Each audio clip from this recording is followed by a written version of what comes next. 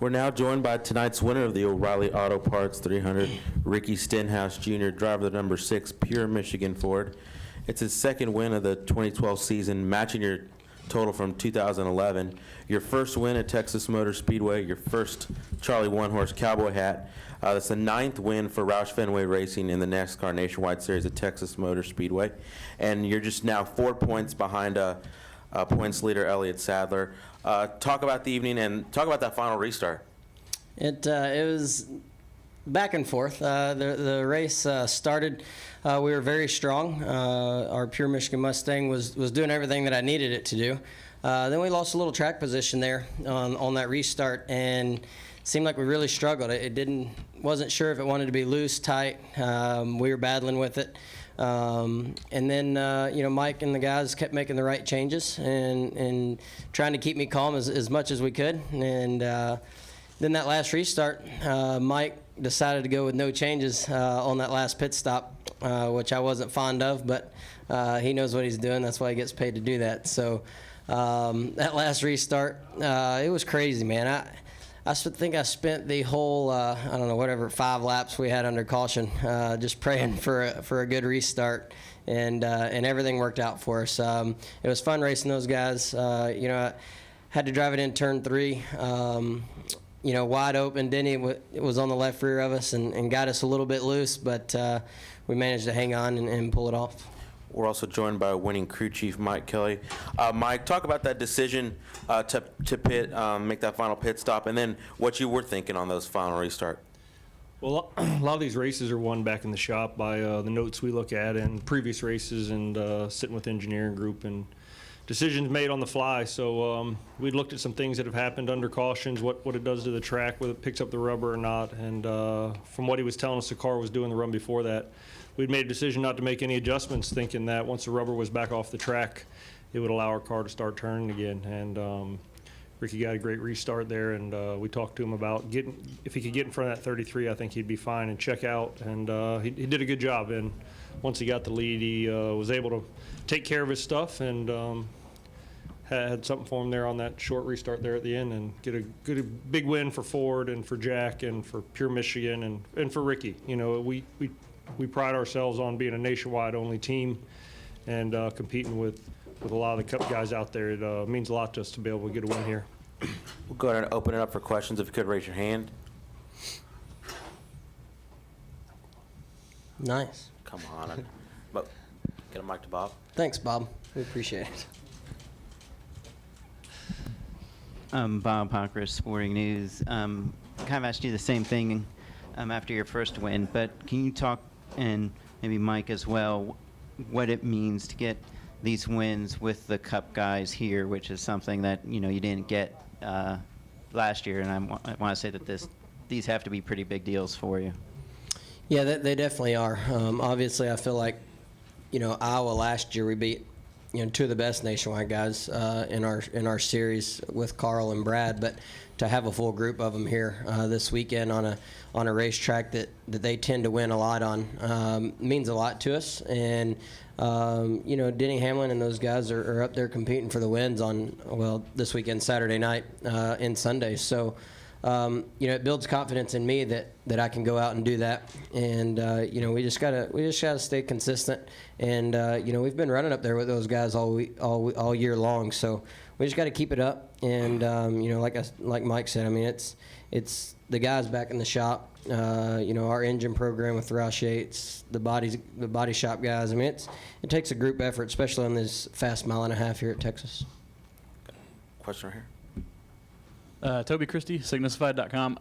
Ricky, like Bob's saying, you're beating a lot of Sprint Cup Series drivers head-to-head here lately. You guys are starting to dominate more and more of these races. This is kind of a question for you and Jack. When do you kind of expect, do you have a timetable of when you're going to be a full-time Sprint Cup Series driver? Yeah, I guess I'm going to pass that right on to Jack. We've got the decal for the top of the roof on that 6 car all organized for Ricky. As soon as I can find sponsorship for it, he's good to go. But in the meantime, the highest priority we've got this year is to win, to defend the championship for the Nationwide Series. But if hopefully we can find sponsorship and have encouragement to run the 6 car with him next year, we'll run some races before the year's over in the 6 car. in the Cup car. Sweet, thanks, Jack.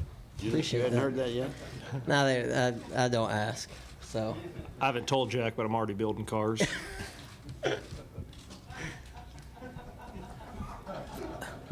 Sturb? Yeah, John Sturbin from RacingToday.com. Ricky, how difficult was that turn 3 backstretch area where the lights went out? There seemed to be a differing opinion on TV as to how difficult it was to get through there. yeah, it wasn't bad at all. Actually, as soon as they went out the first time under a caution, I said we were good to go. And then when it went out under green there, we went a few laps through there, and I thought it was fine. But I guess, some people have different opinions. It was probably safer to stop it and get it back going. But I felt like it was okay. Jerry over here.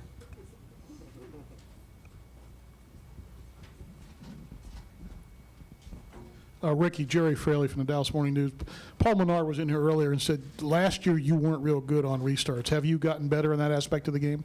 I feel like we have, and I think a big thing last year was just confidence in restarts. If I had a bad one, I would spend the whole run and the whole next caution trying to think about what I needed to do different. So I just go into it with a little bit more confidence this year about it, and they've seemed to be a lot better. There's still some things that I need to work on as a race car driver, and I think restarts can still, the initial takeoff can be improved on. I think once we get going, I don't know if there's anybody that drives it harder than we do. So getting up through the gears, we're getting a lot better at it. We did enroll him in a little drag racing school last year to get him a little help. I don't know if that helped or not, but he's got another career out there as a drag racer if he wants that too. Any other questions? Reed. Reed Spencer with NASCAR Wire Service. Jack, when did you decide not to run Trevor here, and is he done as far as the nationwide series goes until you find sponsorship? We possibly we need sponsorship for that the 60 car to keep it going. We ran both the 6 and the 16 car without adequate sponsorship last year, and it's not reasonable for us to do that this year.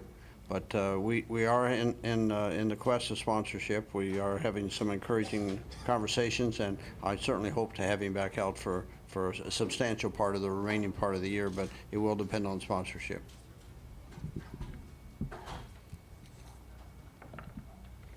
Any other questions?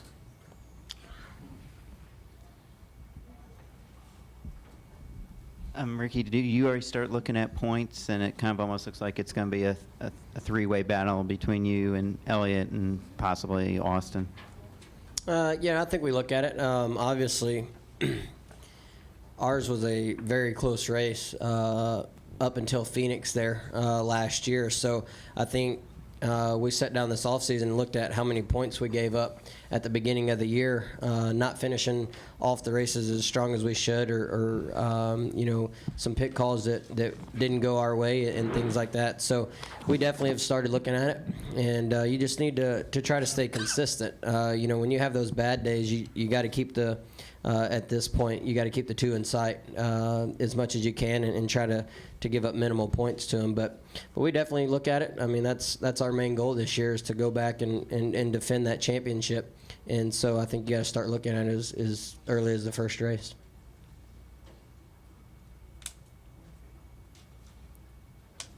Any other questions? Not. Gentlemen, congratulations. Thank you. Thank you. Thank you. Thank you very much.